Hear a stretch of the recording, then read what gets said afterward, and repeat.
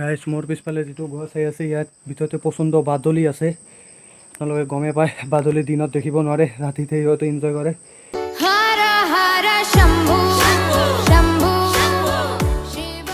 মন্দিৰটো প্ৰায় 500 বছৰৰ পৰা 600 বছৰ পুৰণি হ'ব। মানে আদিম যুগত মানুহে ইয়াতেই মানে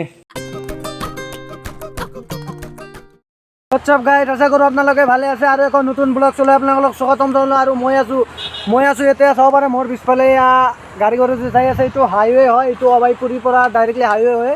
আমি আজি গৈ আছোঁ মহাদেৱ পাহাৰ। বহুত কেইদিন মানে প্ৰায় 2 বছৰ হ'ল। 2 বছৰ আগতে মহাদেৱ পাহাৰত গৈছিলোঁ। বাইক আছে না লগতে, দাদা কৈছে মানে গুৱাহাটীৰ পৰা কলকাতা ফ্লাইটত গৈছে কাৰণ পূজাৰ শ্বপিং কৰাৰ কাৰণে গৈছে। সেইকাৰণে বাইকটো থৈ গৈছে মোৰ কাৰণে।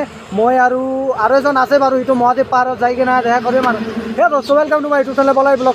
ইয়াৰ পৰা আমি আজি গৈছোঁ আৰম্ভ কৰোঁ। চাওক আপোনালোকে, কলেজৰ সন্মুখতে বাইক লৈ যাই আছোঁ ফাৰ্ষ্ট এবাৰৰ কাৰণে।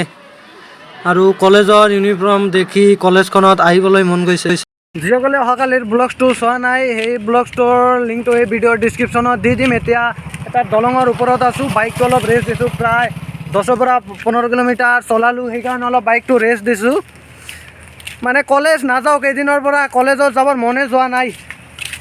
সেইকাৰণে মানে ঘৰৰ পৰা ডাইৰেক্টলি ওলাই আহিছোঁ, একো খোৱা নাই। কিবা কি খাইছোঁ আৰু ৰুটি খাইছোঁ। ৰাতিপুৱা উঠি কেনে মুখ টুক ব্ৰাছ কৰি কেনে ৰুটি খাই কেনে বাইক লৈ ওলাই আহিছোঁ। এতিয়া যাওঁ মহাদেৱ পাহাৰত।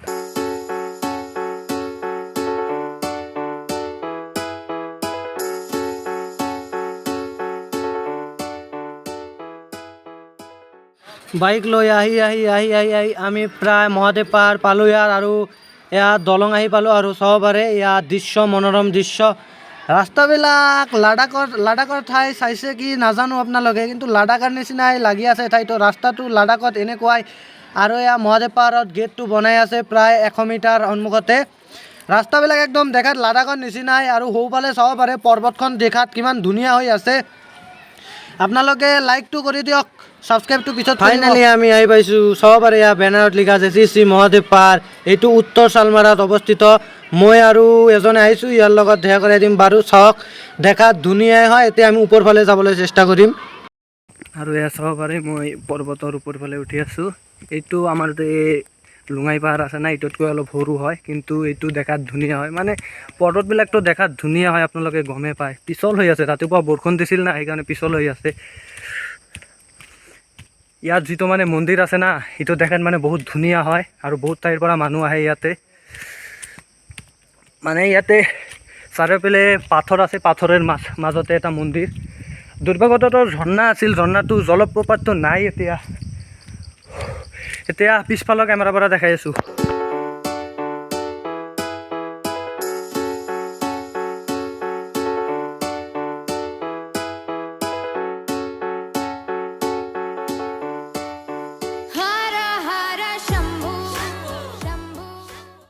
আৰু মোৰ লগত আহিছে এয়া, কোৱাৰ দৰকাৰে নাই, ইয়াৰ নামটো আপোনালোকে গমেই পাই চাগে।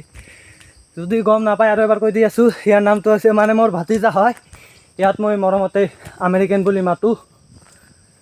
ইয়াতে চিৰি নাই, প্ৰায় কেইটা হ'ব, 100টামান হ'ব। কিন্তু এই লুঙাই পাহাৰ যিটো আছে তাতে প্ৰায় 350 চিৰি হ'ব।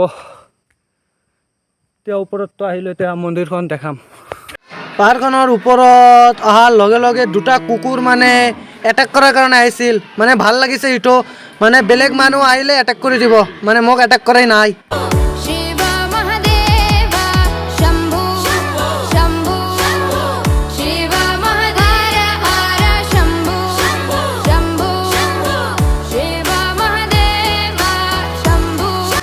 আৰু গাইজ আপোনালোকে মানে ভালকৈ চাব পৰা নাই চাগে, আৰু এবাৰ দেখাই দি আছোঁ। মন্দিৰটো প্ৰায় 500 বছৰৰ পৰা 600 বছৰ পুৰণি হ'ব। মানে আদিম যুগত মানুহে ইয়াতেই মানে কিবা কি কৰিছিল। আৰু কয় যে এই মন্দিৰখন জাগ্ৰত বেলেগ। ঠাইখিনি দেখাত ডেঞ্জাৰাছ হয়, কিন্তু ধুনীয়াও হয় ইমান। এতিয়া চিনেমেটিক শ্বুট কৰি দেখাই আছোঁ ঠাইখিনি দেখাত কেনেকুৱা।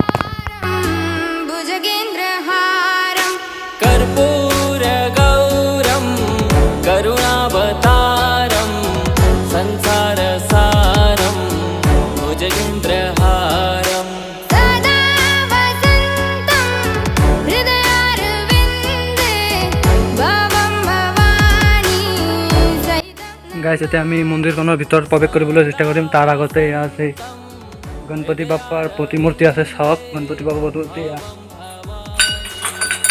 ঘণ্টি বজাই দিলোঁ। এতিয়া আমি যিটো ৰিয়েল মন্দিৰ হয় এইটোৰ ভিতৰত প্ৰৱেশ কৰিবলৈ চেষ্টা কৰিম।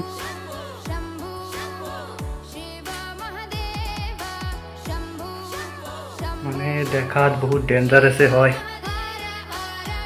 চাই আছে মানে ভয়ো লাগি আছে। পূৰ্বফালে পাথৰ চাব পাৰে, এয়া নাভাঙে, বহুত বছৰ পুৰণি না। এতিয়া ভিতৰত মানে প্ৰতিমূৰ্তি আছে, এইটো ভিডিঅ' কৰিম, এইটো চাওক।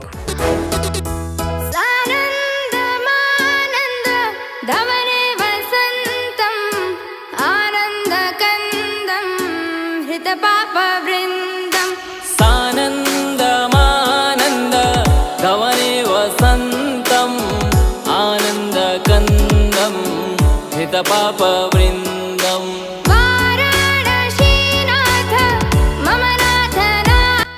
চালে আপোনালোকে মন্দিৰটো এতিয়া এইফালে এটা মানে কুঁৱা আছে বেলে, ইটোতে যাওঁ। কুঁৱাটো বহু বছৰ পুৰণি, মানে অকলে আহিছোঁ না, মানুহ ঠানুহ নাই, তামাম মানে ভয় লাগি আছে। ঠাইখিনি মানে একদম মানে একো শব্দ নাই, আমি যি কৈ আছোঁ এইটো কথাই শুনা পাই আছে। কুঁৱাটোত পানী নাই, কমি গৈছে।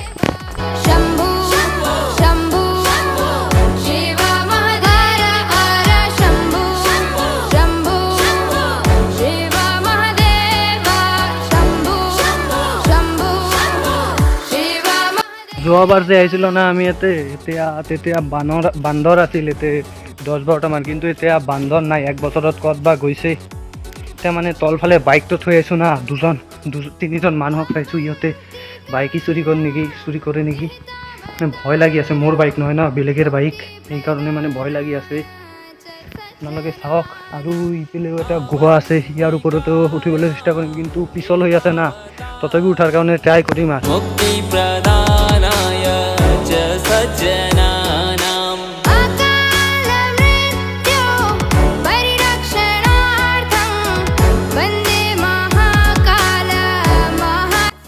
সেই গুহাটোৰ ভিতৰত প্ৰৱেশ কৰিবলৈ চেষ্টা কৰিম। আপোনালোকে এতিয়া যিটো গুহা চালে, যিটো মন্দিৰ আছিল মন্দিৰটোতো দেখালোঁ বাৰু, এতিয়া আৰু এটা গুহা আছে, সেইটোৰ ওপৰত প্ৰৱেশ কৰিবলৈ চেষ্টা কৰিম। ইয়াতে সাপ চাপো থাকিব পাৰে, চাই কেনে উঠিব লাগিব। বহুত পিছল হৈ আছে, লাহে লাহে উঠো। আৰু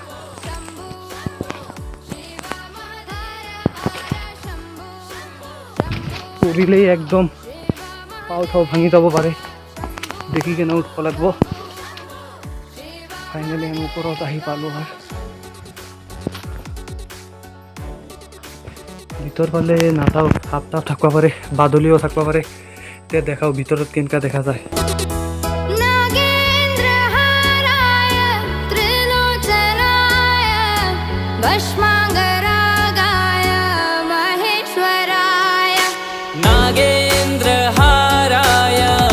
গাইজ, মোৰ পিছফালে যিটো গুহা চাই আছে, ইয়াত ভিতৰতে পচন্দ বাদুলি আছে।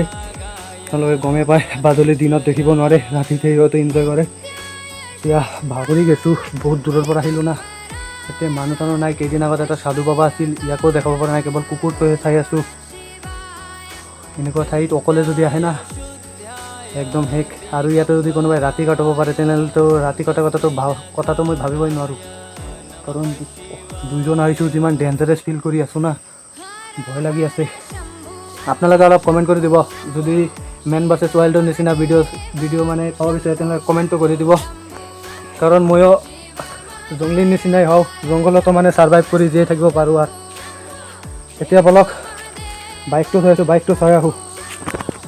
আৰু গাইজ, মহাদেৱ পাহাৰৰ যিখিনি ঠাই দেখাব লগা আছিল দেখাই দিলোঁ। মানে পৰ্বতখনৰ মাজভাগতে মন্দিৰ হয়, মন্দিৰটো চালে আপোনালোকে দেখাত কিমান ডেঞ্জাৰাছ হয়। এতিয়া ডাইৰেক্টলি মানে ঘৰত যাওঁ। বেলেগৰ বাইক লৈ আহিছোঁ না, পুলিচে ধৰি দিলে একেবাৰে শেষ। লাইচেন্স কাগজ পাতি মোৰ নামত একো নাই।